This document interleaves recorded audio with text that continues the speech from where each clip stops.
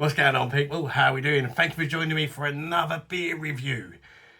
It's Beer Monster O'Clock. And today, I'll be doing another review of a keg on the Perfectdraft. That keg is Haake Beck. It's a German Pilsner. It's 4.9% ABV. Cost me 30 quid the keg. Well, it's a 2 for 60 quid deal and you've got 3 glass sort of thing. So yeah, roughly 30 quid the keg cost.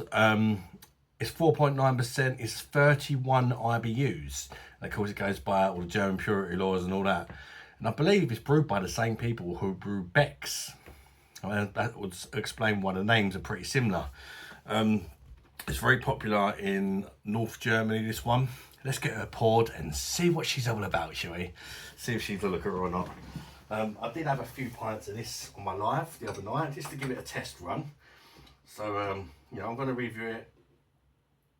And also I can let you know in a minute what it was like drinking a good sort of 5 or 6 pints of it the other night.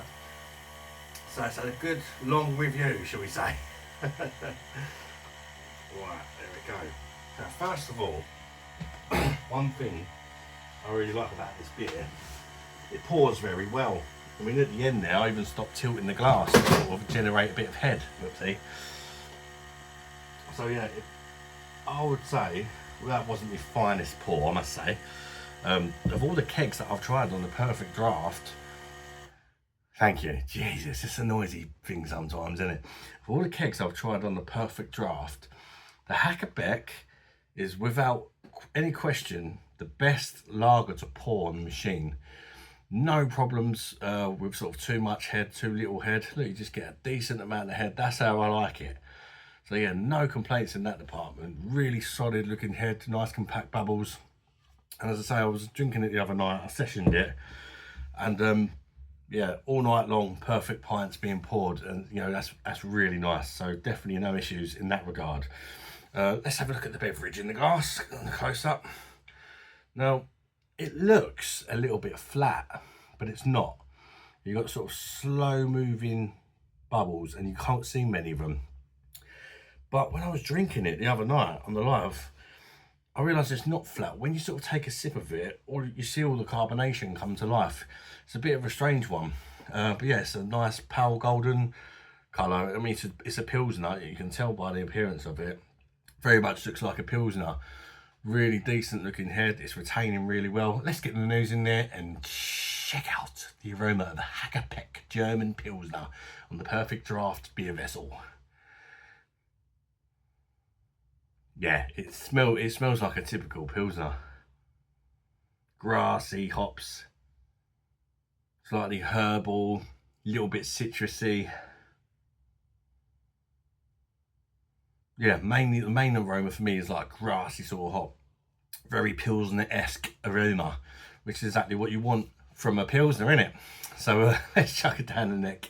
See if I think it's worth a buy or a bag of shit. And I will go into about more when I was drinking it the other night as well. And also, before I try it, I did watch a few reviews of this, which is why I've taken so long to review it myself, because the reviews, let's say, were a bit hit and miss from the ones I watched. But yeah, it's time to give you my opinion. Cheers, everybody. Bash.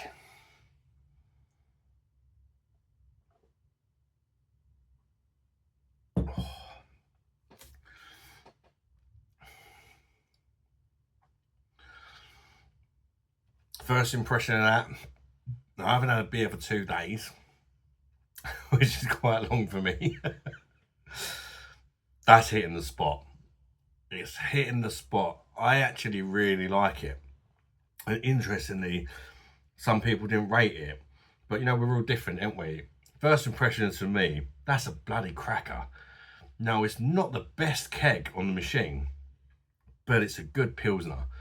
It's more of a Pilsner than a lot of the other ones that say they're a Pilsner. Yeah, it's not light-bodied, refreshing, easy drinking. You know, it ticks all the boxes. It's a nice, refreshing lager. Now, see if it does it what I was doing the other night. I was saying it looks a bit flat, but you take a sip of it, right, and then you watch for the bubbles. Don't know if you can pick that up, but when you take a sip on it, it just sort of rushes up with tiny little carbonation bubbles. Difficult to show on the camera, but yeah, this is nice. At the start, you've got like bready, grainy malts, giving off a slight sweetness. Not too sweet for me. It doesn't get too sweet.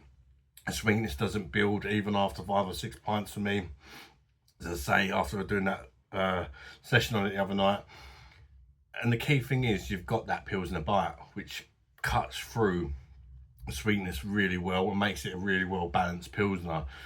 You've got like, on the end, you've just got everything you want in a Pilsner for me. You've got the grassy notes, herbal notes, you've got like, you get a touch of lemony citrus as well. And then you have got a bit of bitterness. It's not like a crazy bitterness, and it's 31 IBUs, this Pilsner. That's a good level for a Pilsner, really. It's not as bitter as like a Pilsner Quill. I think that's 43 IBUs or something like that. But it has a Pilsner bite for me. There's a decent bitterness. It's like grassy, and it just makes you want to go in again. It dries your mouth out a little bit towards the end as well. I think it ticks all the boxes for a Pilsner. And my only criticism with it really would be it has a Pilsner bite, but personally I could do with a touch more. But that's really the only bad thing I can think to say about this beer, which is why I'm surprised about some of the negative reviews. I wish I'd have tried it sooner, because I really rate it. I mean, it's light, it's easy to drink, but it's got a bit of flavour. It's got a nice lingery, as I say, it's got a nice bitterness, but it lingers a bit. And I think it's really pleasant. And one thing I noticed about it when I sessioned it, I liked the first pint, but they just got better and better. Like, that sort of bitterness on the end is perhaps the only reason I could think why some people might not like it. It is quite grassy. It's a bit like leafy, so to speak. But the more of it I drank, the more I really grew to like that aftertaste. And it just was tasting better and better and better.